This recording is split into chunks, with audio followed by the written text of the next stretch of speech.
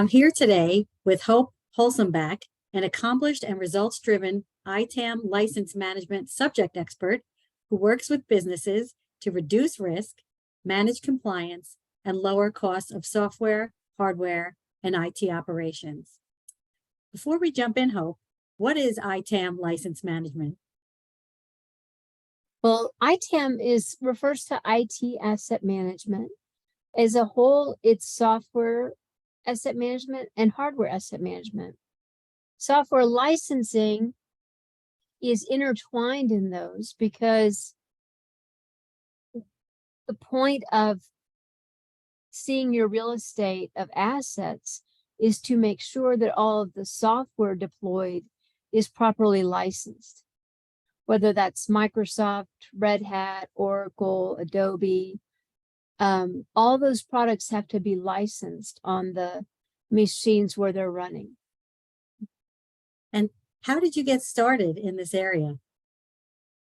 Well, it's very interesting. I worked for a very large government contractor out of Canada. They had an office, they have 2 offices in the US for their federal contracts with the US government.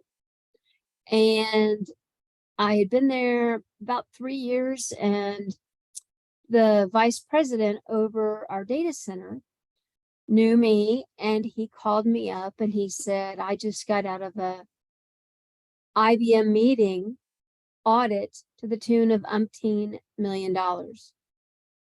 Would you please come work for me, figure this out, figure out our current Microsoft true up, and let's find a tool to put into place so that we know everything on our thousands of servers. Wow. And so I kind of jumped in head first, and at the time we had about 3,000 servers in the data center. Almost 2,000 were Windows. And so if you had just sent an auditor in, they would have taken that list and just gone back 18 months and said, this is what you owe. But what I did is I took that list and I met with the delivery managers of the clients. I identified the clients' servers that we were hosting, and most importantly, when they went into production. An outside auditor would walk in and just say, let's just roll all this back 18 months, and that's what you owe. But by spending a couple months doing the research and finding out that most of those servers didn't even exist 18 months ago, you know, it was a cost savings to that company of $1.2 million. Wow. And then because of the IBM situation, they had mandated ILMT. And so one ILMT server had mostly been set up, and we had a private federal cloud and another cloud. And so I put a second one in the private federal cloud because it could not speak to the outside world. And so all of the IBM software and products would report into that ILMT server. And those outside of that cloud would report into the other one. So then I wrote the business case. I did research. I evaluated about 8 different products.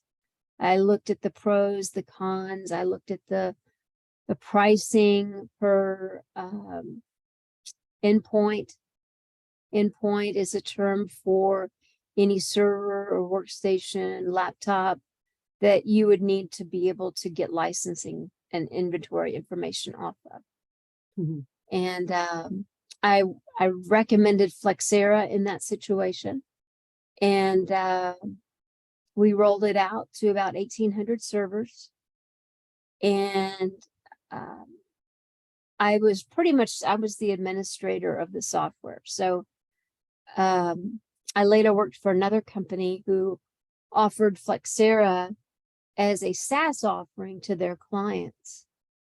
And so I was able to help mentor some of the team that was deploying it because things weren't being done, like the connection to Active Directory or the connection for VMware introspection. And so I think that, you know, since I left that government contractor 5 years after I had started that, I had also written a project plan for 700 more servers that I was not told about. I wrote the firewall rules, and corporate in Canada was facing an Oracle audit. So I did a lot of ad hoc reports to send to management and to senior management. So got some great experience there. And I've been in ITAM for the last 10 years. I've worked a couple years with ServiceNow,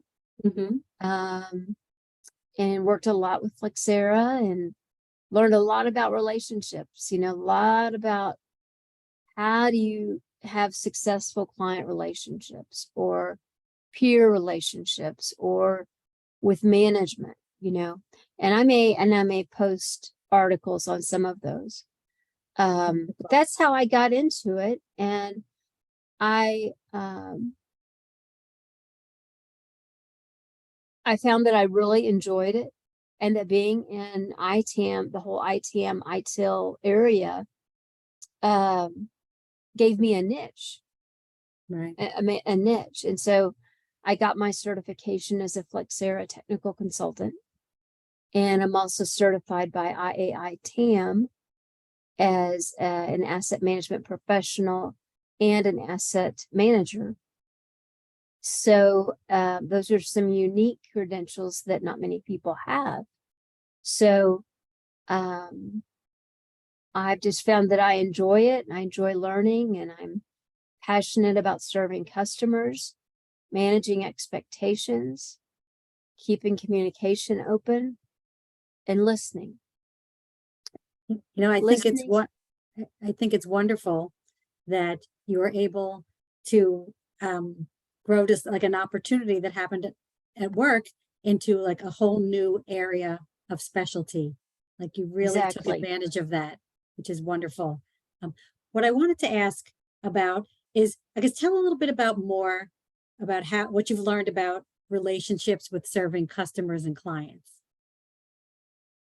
Well, one thing I've learned is that the relationship with the customer doesn't start when you support them.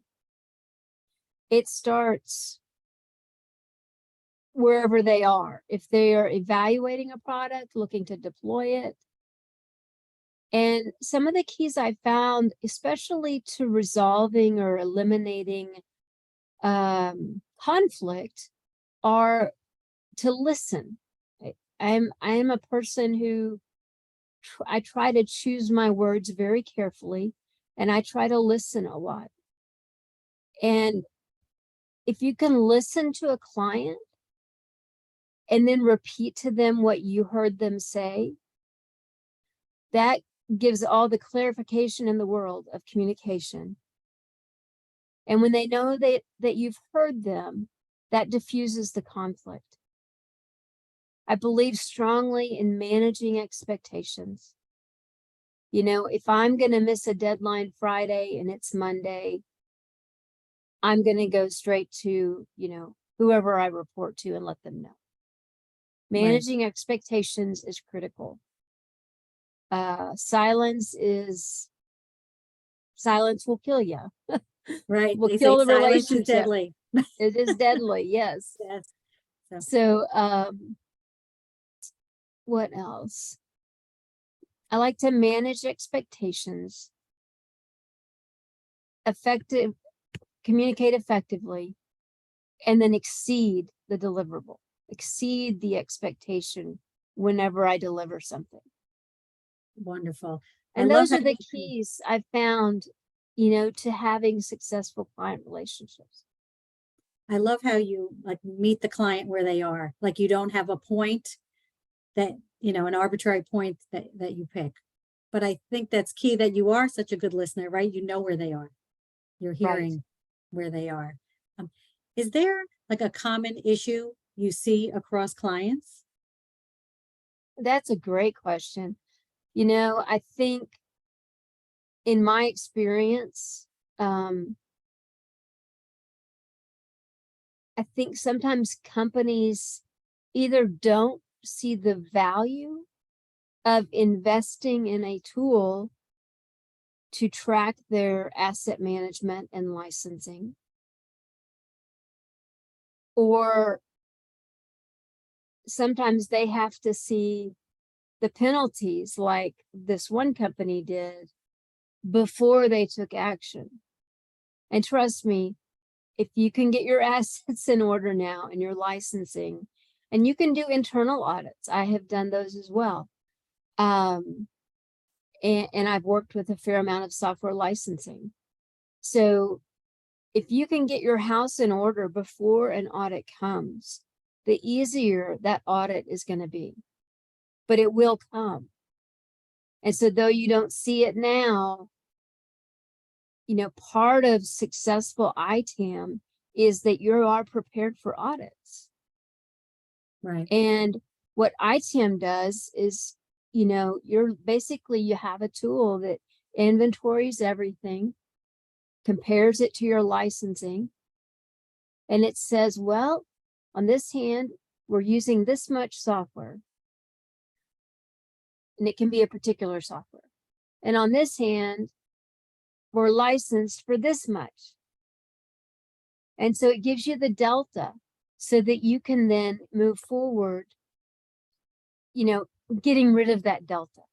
So you're only using what you're licensed for. So you're recommending that people start their ITAM practice before the audit so they can be prepared for it when it comes. Is that right? Every company should have an ITAM group that tracks all of their IT assets, hardware and software.